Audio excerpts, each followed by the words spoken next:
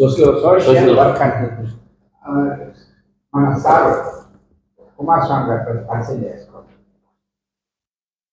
నా పేరు కుమారస్వామి.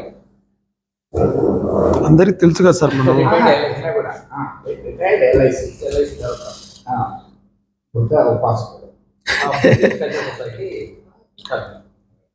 రిటైర్డ్ అంటారు.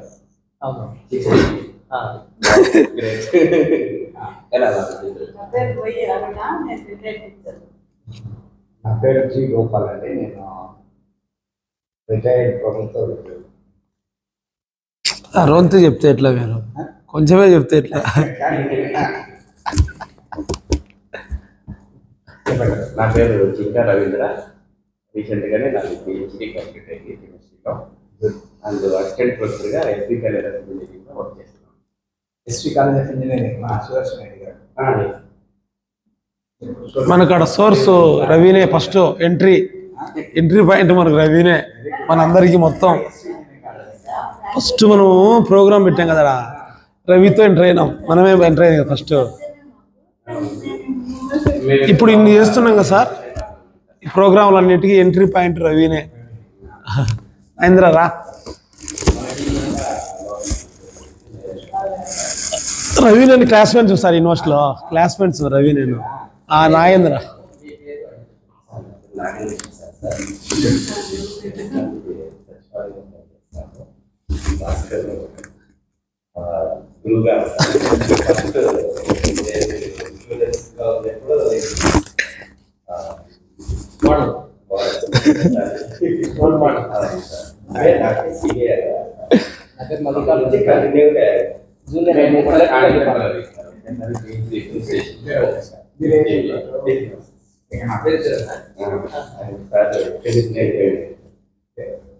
నేను సూపర్ ఫాస్ట్ ఎక్స్ప్రెస్ యూనివర్సిటీ బయటకు వచ్చిన ఈయన ఇంటర్సిటీ ఎక్కినాడు. నా పేరు Mallikarjuna, electricity department junior.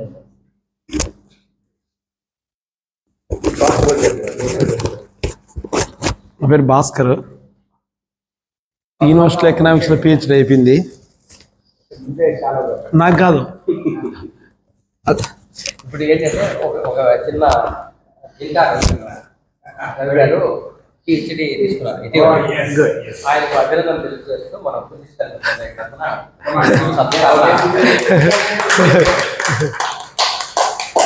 Ravi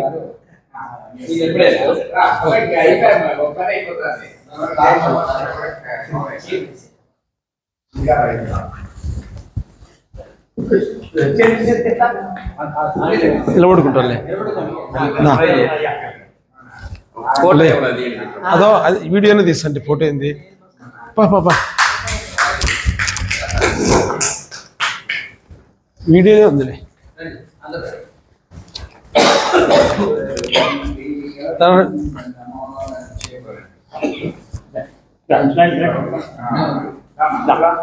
చేయలు కొంచెం వెనక్కి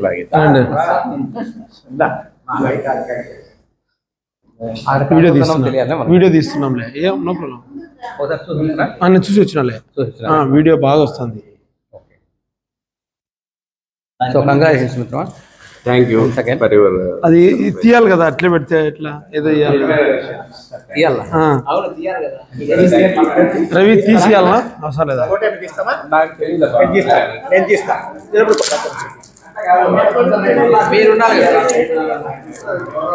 ఓకేలే.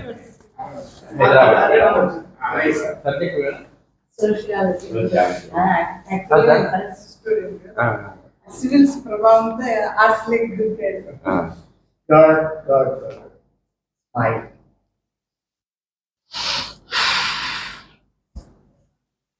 ఓకే,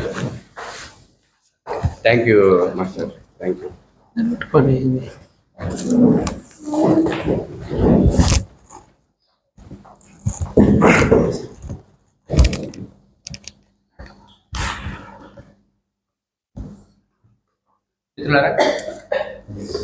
ఈరోజు Buddha Dharmasaram Buddhist cultural society తరఫున బుద్ధుని చెప్పిన ధర్మాలు ఎన్నో చెప్తున్నారు. బౌద్ధం ఏం చెప్తుంది అనేటువంటిది ఎక్కువ మంది ప్రశ్న అడుగుతుంటారు. అంటే బౌద్ధం ఏం చెప్తుంది అంటే బౌద్ధంలో ఏముంది అంటే బుద్ధుడు దేవుడా కాబట్టి దేవుడు అనే కాన్సెప్ట్ అంటేనే వెంటనే దీన్ని సృష్టికర్త ఉన్నాడని ఈ సృష్టిని అంతా అతనే చేశాడని ఈ ప్రపంచం అంతా ఆయన నడుపుతున్నాడని మన జీవన చర్యలన్నీ ఆయనతో కంట్రోల్ చేయబడుతున్నాయని ఒక అభిప్రాయం ఉంది అన్ని మతాలు చెప్తున్నారు. ఇది సర్వసాధారణంగా ఉన్న ఒపీనియన్. కాబట్టి బౌద్ధం అంటేనే బౌద్ధ మతం అనగానే బౌద్ధం కూడా అలాంటిదే అనే అభిప్రాయం ఎక్కువగా ఉంటుంది. జైనమైన అట్లాగే అనుకుంటారు. కానీ వాస్తవానికి బౌద్ధం కానీ జైనం కానీ ఈ సృష్టికర్త అనే విషయాన్ని విశ్వసించదు. సృష్టిని ఎవరో సృష్టించారు అనే దాన్ని ఐక్యభవించింది, దాన్ని అసలు తృణీకరించింది ఆ విషయాన్ని. తర్వాత రెండోది బౌద్ధము ప్రధానంగా ఏం చెప్తుంది అంటే ధర్మాన్ని చెప్తుంది అనేది ప్రధానంగా బౌద్ధులందరికీ తెలుసు. అయితే సామాన్య జనానికి తెలియదు. మనం ఎక్కడైనా చెప్పాలనుకున్నప్పుడు బౌద్ధం అంటే ఏంటి ఒక మాటలో చెప్పు అని అడిగినప్పుడు ఏం చెప్పాలి అంటే బుద్ధుడైతే ఒక విషయాన్ని చెప్పాడు. అదేంటంటే నేను చెప్పినానో పూర్వీకులు చెప్పినారనో నమ్మద్దు, గ్రంథాలను రాసినారనో పాత గ్రంథాలను రాసినారనో నమ్మద్దు. నీవుగా సత్యాన్ని తెలుసుకో, ఆ సత్యాన్ని ఇతరులకు చెప్పు. అదే బౌద్ధం అని చెప్పినాడు ఆయన ఒక సూక్ష్మంగా. అయితే ఒక క్రమంలోనే మనకు అర్థం కాదు ఆ విషయాన్ని కూడా. అయితే అట్లా తెలుసుకోవడం ఎలా, తర్వాత మనిషి ఈ జీవితం ఎందుకు ఉంది, తర్వాత మనిషి ఎందుకు జీవిస్తున్నాడు, ఇవన్నీ చాలా ప్రధానమైన ప్రశ్నలు, తాత్వికమైన ప్రశ్నలు. ఈ తాత్వికమైనటువంటి ప్రశ్నలకు సమాధానము బౌద్ధంలో ఉంది. అందుకని మనిషి మనుగడ అనేటువంటిది ఒక జంతుజాలం నుంచి, అంటే మనం ఒక పరిణామ క్రమంలో ఒక జీవజాలం నుంచి మనం వచ్చాం. అంటే ఒక జీవి నుంచి, ఒక జంతువు లక్షణాల నుంచి మనం వచ్చినప్పుడు మనిషిగా మనం ప్రవర్తించే విధానాన్ని ఆయన రూపొందించాడు వాస్తవానికి. అంటే సమాజంలో ఆ రోజు ఉన్నటువంటి నిర్దిష్టమైన పరిస్థితులకు అనుగుణంగానే కాకుండానే భవిష్యత్తుకు సరిపోయే విషయాలను కూడా ఆయన పొందుపరిచాడు. ఒక రకంగా చెప్పాలంటే దాదాపు ఇంకా ఆ సమాజం ఆయన చెప్పిన ధర్మాలకు చేరుకోలేదు. ఇప్పటికి కూడా ఇంకా మౌలికంగా మనము ఇంకా ప్రిమిటివ్ స్టేజ్లో ఉన్నాం. వాస్తవానికి మొత్తం సృష్టిలోనే చూస్తేనూ ఇప్పుడు పరిణామ క్రమంలో మనం చాలా ఇంకా ఇనిషియల్ స్టేజ్లో ఉన్నాం. మనిషి ఇంకా చాలా పరిణామం చెందాల్సిన అవసరం ఉంది. అందులో మనిషి ఎలా ప్రవర్తించాలి, అలా ఈ సమాజాన్ని సక్రమంగా నడపడానికి ఎలా ఉండాలి అనే ప్రధానమైనటువంటి మార్గాలను చెప్పినాడు ఒక అంశం. రెండో అంశం ఏంటంటే తనకు తాను ఈ దుఃఖాన్ని పొందుతున్నాడు, అంటే చాలా సమస్యలు ఎదుర్కొంటున్నాడు మానసికంగా. అందువల్ల ఆయన ఏం చేయాలంటే, అందువల్ల బౌద్ధం ప్రధానంగా ఏం చెప్తుంది అంటే, ఇవి మొట్టమొదటి బౌద్ధం ఆ విధంగా చెప్పినప్పటికీ ప్రధానంగా మనస్సు గురించి చెప్తుంది. అంటే మనస్సును ఆయన ఒక ఆరో ఇంద్రియంగా చెప్పినాడు. మనకు 5 ఇంద్రియాలు ఉన్నాయి, కానీ 6వ ఇంద్రియంగా ఆయన చెప్పినాడు. మనస్సు అనేది ఎక్కడా ప్రత్యేకంగా లేదు వస్తువు రూపంలో, కానీ ఆ మనస్సే ప్రధానంగా ఉండి మనల్ని డామినేట్ చేస్తుంది. కాబట్టి ఆ మనస్సును ఎట్లా నియంత్రించుకుంటే మనము ఆనందంగా జీవించవచ్చు. దీనికి బాలగంగాధర తిలక్ ఒకటి చెప్పాడు, అగ్ని కురిసిన అమృతం చల్లిన అంతం ఆనందం కవిత్వం పరమావధి అంటాడు. కవిత్వానికి ఉన్న పరమావధి ఆనందాన్ని కూడా. అట్లా జీవితానికి ఉన్న పరమావధి ఏంటి అంటే ఆనందంగా ఉండడమే. మనిషి ఆనందంగా ఉంటే అది ఆనందంగా, అదే జీవితం సరిగ్గా ఉన్నట్టు. కాబట్టి ఆ ఆనందంగా ఉండడానికి, ఆ దుఃఖాన్ని పోగొట్టుకోవడానికి మార్గాలను ఆయన చెప్పుకున్నాడు. అది ఎలా జీవించాలి అనేది చెప్పడం. అదే బౌద్ధ ధర్మ సారంగా మనకు లక్ష్మీనరసింహ గారు ఈ పుస్తకాన్ని రాశారు. ఈ పుస్తకాన్ని రాయడానికి దానికి ముందు మాట ఒక అంబేద్కర్ రాశాడు. అంబేద్కర్ అధ్యయనం చేస్తున్నాడు బౌద్ధాన్ని. ఆయన ముందు మాట రాయించినప్పుడు ఆయన ఏమన్నాడంటే, బౌద్ధం గురించి ఎవరైనా తెలుసుకోవాలనుకుంటే ఈ పుస్తకాన్ని చదివితే బాగా క్షుణ్ణంగా తెలిసిపోతుంది అని చెప్పుకున్నాడు ముందు మాట. ఆ రకంగా ఈ బుద్ధ ధర్మసారం ప్రధానమైనటువంటి అంశాలు మనకు చెప్తుంది. కాబట్టి చెప్పడానికి మనకు భాస్కర్ ఇంతకుముందు 2-3 సార్లు చదివి ఉన్నాడు, నేను కూడా చదివి ఉన్నాను. నేను కూడా ఒక సమీక్ష వ్యాసం కూడా రాశాను బుద్ధభూమికి. ఆ బుద్ధభూమిలో వచ్చి ప్రచురించాను. ఏదేమైనా అయితే అందులో ఉన్న అంశాలు మనం విడమరిచి చెప్పుకోవడం, దాని గురించి తెలుసుకోవడం అనేది చాలా ఇంపార్టెంట్. తర్వాత దానికన్నా ఈయన చెప్పడం కన్నా మనం చదవడం ముఖ్యమైన పుస్తకాన్ని.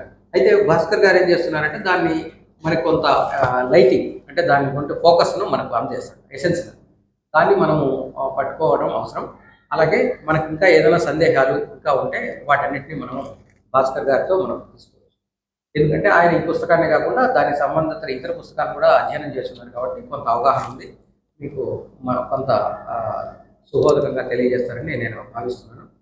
ఇప్పుడు భాస్కర్ గారు దాన్ని కూర్చోనే సార్ కూర్చొనే కదా నిలబడుకోవాలన్నా.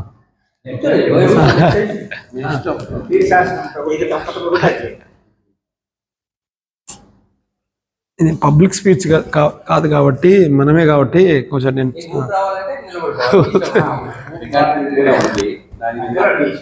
ఎడిట్ చేసుకున్నాం వాళ్ళే. ఇది నేను ముందు ఈ పుస్తకాన్ని పరిచయం చేద్దాం 2-3 సార్లు నేను అర్థం చేసుకునే క్రమంలో, ఈ పుస్తకాన్ని చదువుతున్న క్రమంలో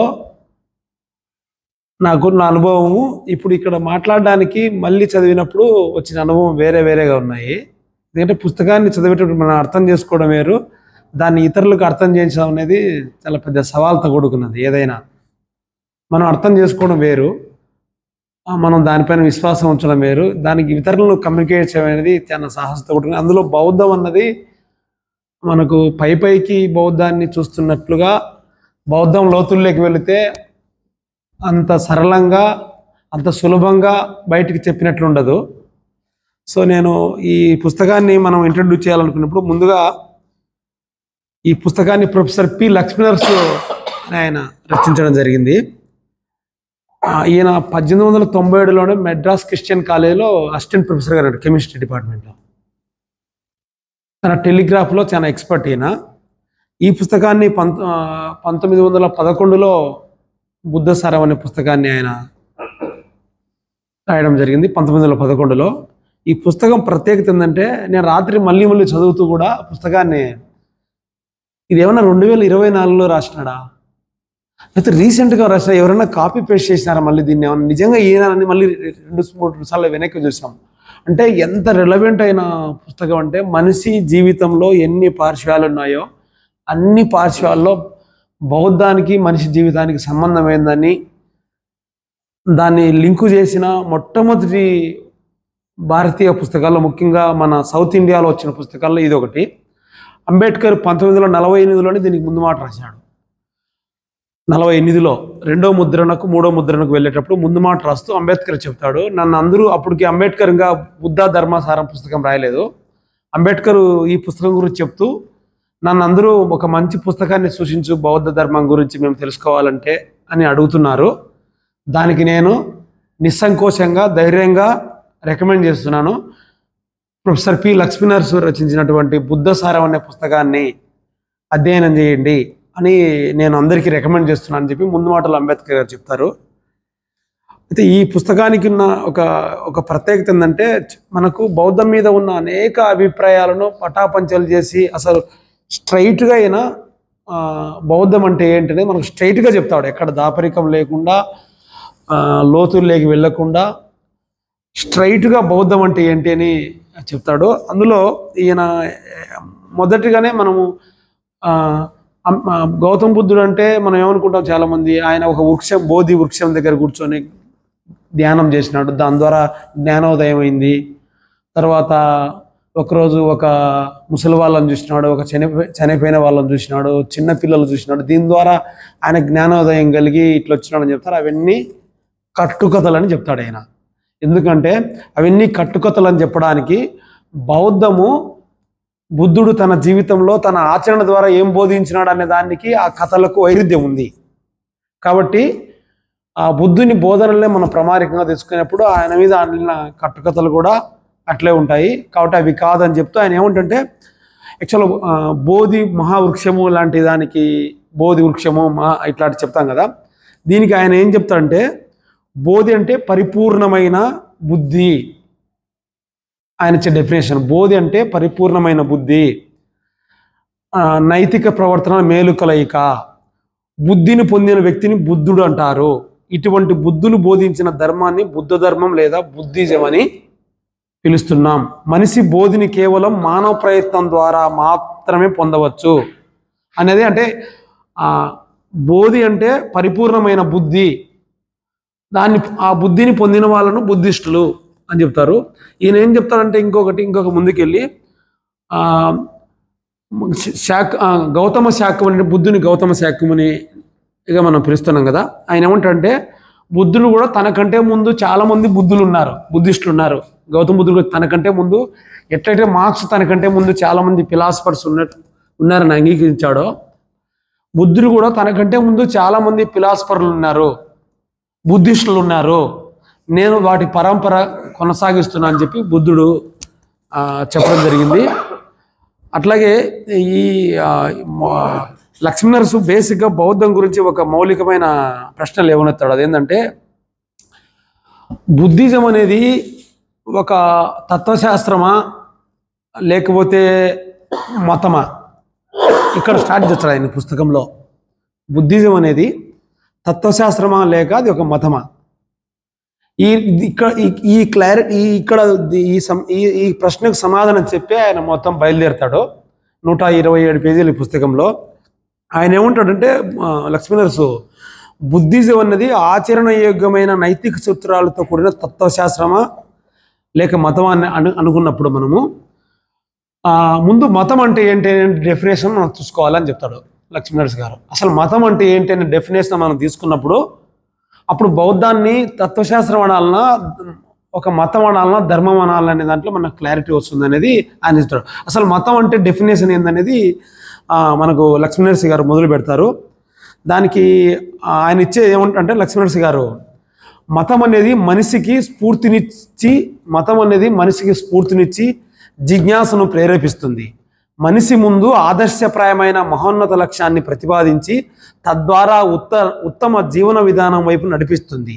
అది మనిషిలోని స్వార్థ చింతనను అంతమొందించి సాటి మానవుల సంక్షేమం కోసం పురుగొల్పుతుంది.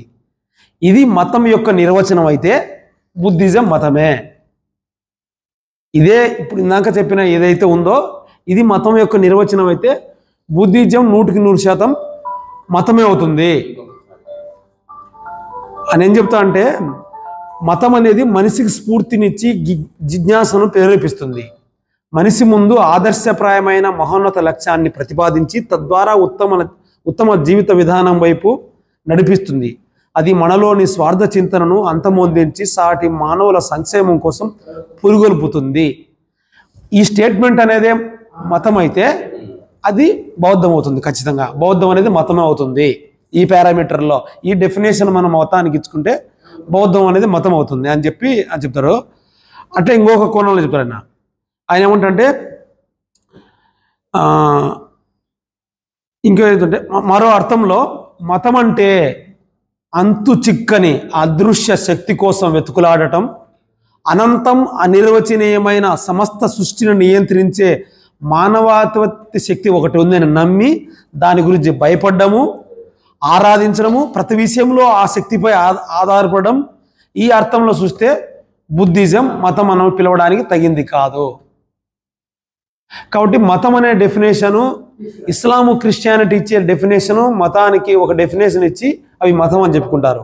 కాబట్టి బౌద్ధాన్ని మనకు మతం అని ఇచ్చుకునే డెఫినేషన్లో ఇదే అవుతే మన బౌద్ధం ఇచ్చే డెఫినేషనే వేరే మతానికి, ఇస్లాం క్రిస్టియానిటీ ఇచ్చే డెఫినేషన్లు వేరే అని చెప్పి ఈయన చెప్తాడు. కాబట్టి మనము ఈ పాయింట్ ఆఫ్ వ్యూలో బౌద్ధిజాన్ని మతమా తత్వశాస్త్రం అని తీసుకుంటే ఆయన మేధావులకు పండితులకు లాంటి తత్వశాస్త్రంగా అనిపించవచ్చు, మామూలు సాధారణ ప్రజానికానికి మతంగా కూడా ఇది అనిపించవచ్చు అనేది ఆయన చెప్తాడు.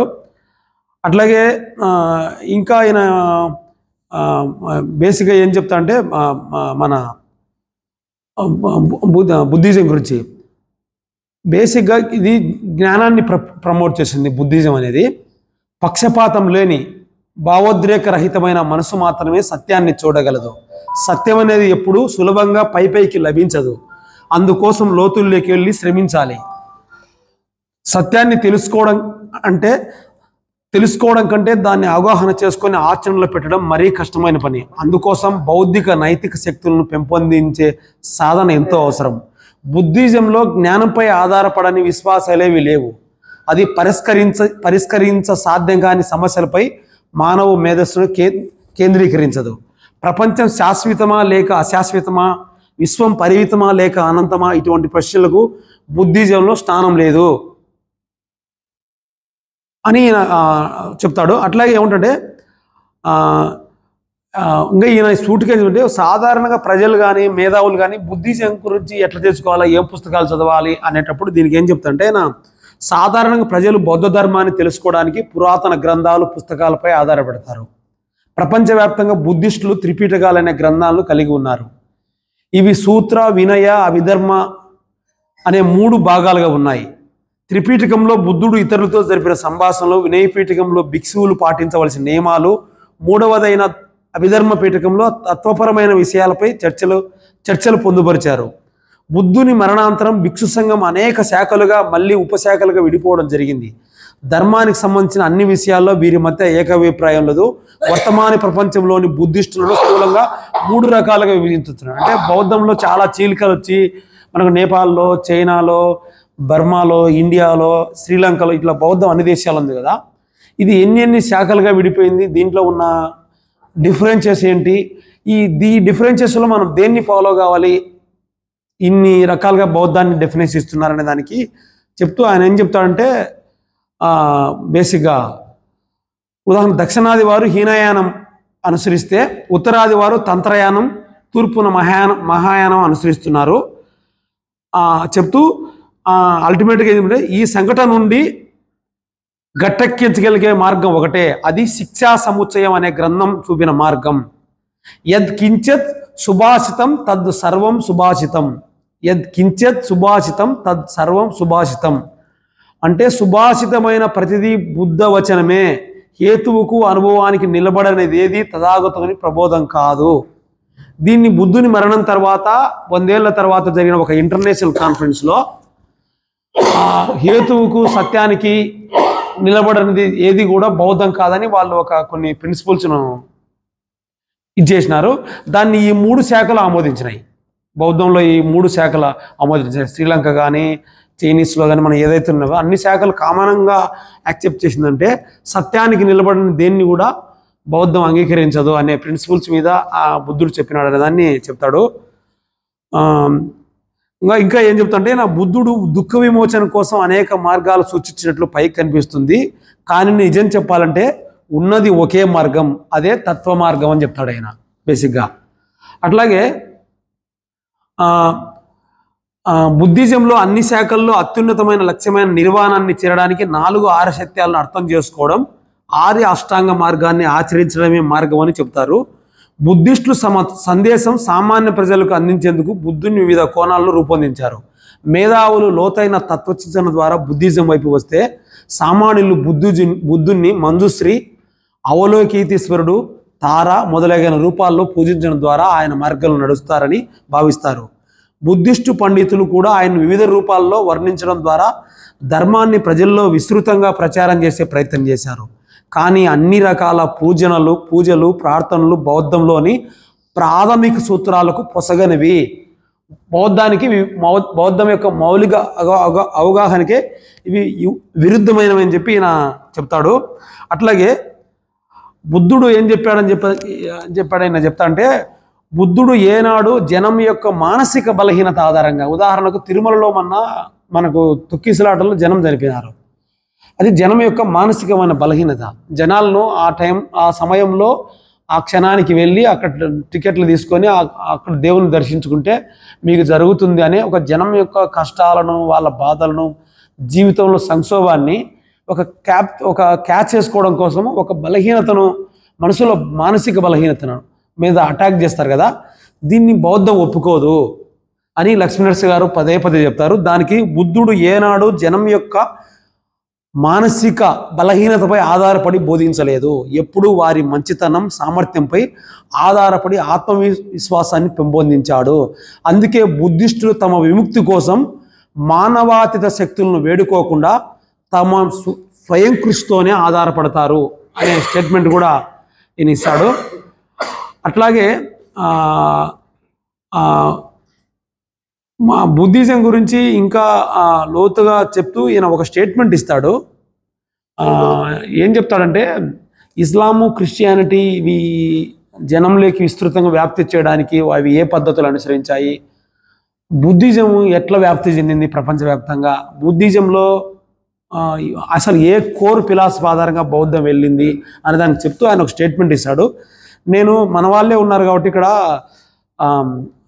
ఆయన స్టేట్మెంట్ ఏదైనా చదువుతా, ఎందుకంటే నేను చేసి సెన్సార్ కట్ అవుతుంది, ముందుగానే రకరకాలుగా మిస్ఇంటర్ప్రిటేషన్ జరిగే ప్రమాదం ఉంది కాబట్టి ఆయన ఒక స్టేట్మెంట్ ఇస్తాడు. ఎంత అద్భుతమైన స్టేట్మెంట్ అంటే ఈ స్టేట్మెంట్ చదివితే కన్నీళ్ళు వచ్చినాయి నాకు లిటరల్గా రాత్రి.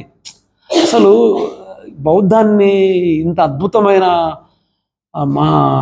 మానవత్వము, ప్రేమ, కరుణ, ఇంత అద్భుతమైన ఒక సిద్ధాంతం ఇది, ఒక ధర్మం ఇది, దీన్ని ఎందుకు ఇంత ద్వేషంగా, ఇంత కుట్రపూరితంగా అందరూ అంతం చేయడానికి ప్రయత్నం చేసినారు?